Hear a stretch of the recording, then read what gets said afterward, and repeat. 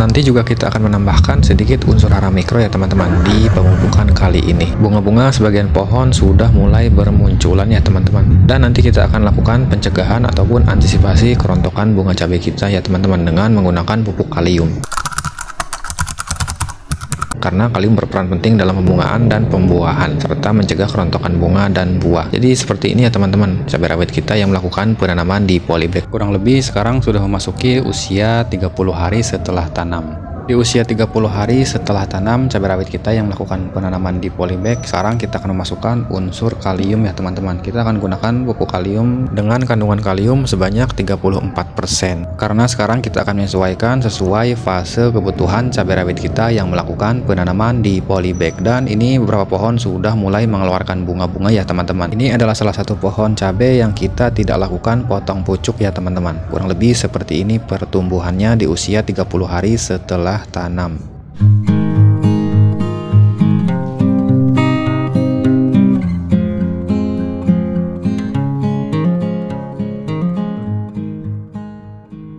Assalamualaikum warahmatullahi wabarakatuh. Selamat sore teman-teman, selamat datang kembali di channel Sobat Hijau. Dan buat teman-teman yang baru bergabung dengan channel ini, saya ucapkan selamat datang.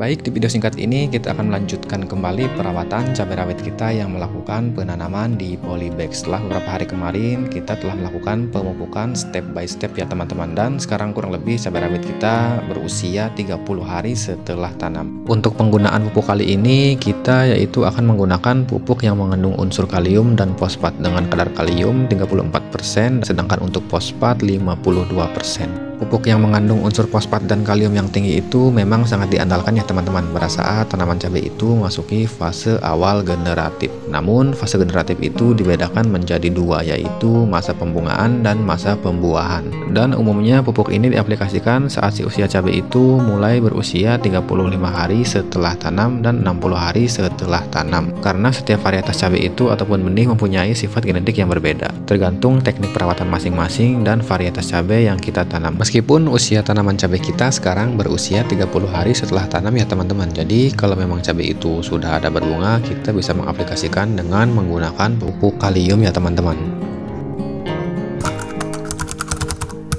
Pemberian pupuk P dan K dengan konsentrasi yang tepat itu akan memacu pertumbuhan tanaman yang lebih baik. P dan K sendiri itu mengandung dua unsur hara makro yang cukup tinggi. Bisa diaplikasikan pada fase pertumbuhan generatif karena kandungan unsur P dan K jelas berperan penting dalam pembentukan bunga dan buah. Untuk fosfor sendiri itu dibutuhkan oleh tanaman, pembentukan sel pada jaringan akar dan tunas yang sedang tumbuh serta memperkuat batang. Kekurangan unsur P dan K sendiri itu mungkin pada tanaman bisa mengakibatkan pertumbuhan tanaman kurang optimal serta menurunkan tingkat produktivitasnya. Mungkin upaya untuk mempertahankan kesuburan tanah dalam jangka waktu yang lama yaitu dengan melakukan pemupukan berimbang.